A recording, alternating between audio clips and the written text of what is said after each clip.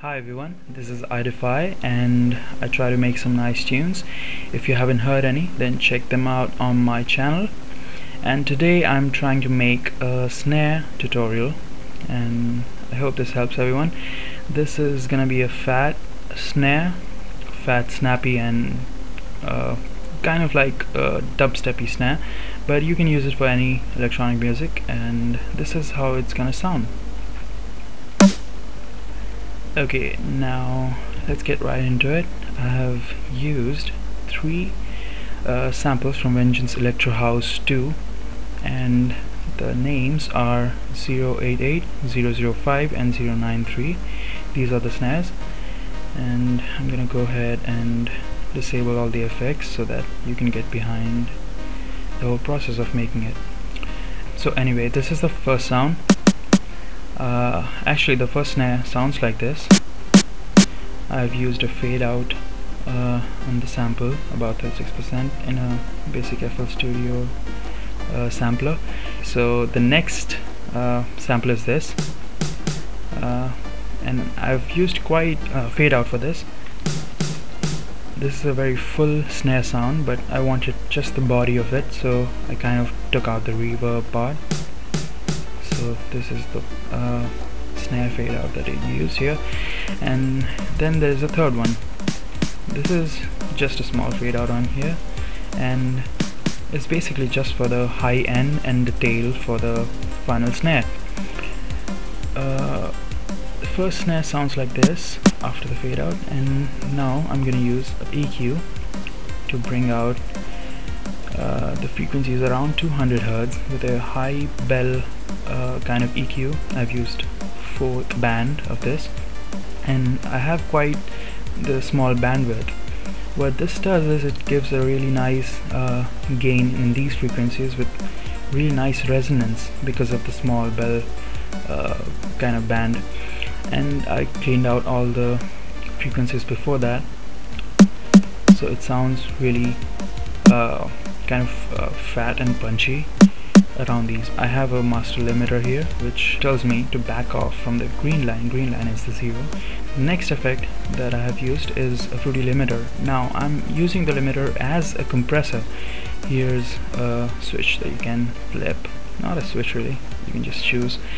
Okay, let's switch it on, and these are the parameters that I have. It's around, threshold is around 17.3 dB, minus 17.3 dB. Then the ratio is about 3.1:1. There is a little gain, about 3.7 dB. The reason I use fruity limiter is because you have visual feedback on what's happening. So you can actually see the compression happening here. Let me just play it. Okay. Now see, I have quite the compression going on here. I mean, if I remove the threshold completely and kind of disable the gain, this is the sound and the fruity limiter it is getting from the parametric EQ. And I want 17.3, so yeah. Now it's actually compressing my sound quite a bit, so I want to gain it. This is the master gain in the limiter, so it affects the sound after it passes through the compressor. So I've given it about 3.7, 3.8 dB gain, and then I'm using a soft clipper. If you're wearing proper headphones, I think you can hear the difference. You can see it here actually. If you can see here in the meters, if I disable this, the basic main attack is going up to here, and then if I switch it on, it actually is a little bit lower. Now, yeah. So then I'm using a distortion plugin. Fruity Fastest is pretty basic in Fruity Loops. I haven't changed much in this except for a little less post gain. It really fattens up the attack, and this is what it does. So the next snare is this. Okay, I have just used a fruity parametric EQ just an EQ to kind of like just get the body out of the whole snare. I don't have much of an attack. or much of a higher end.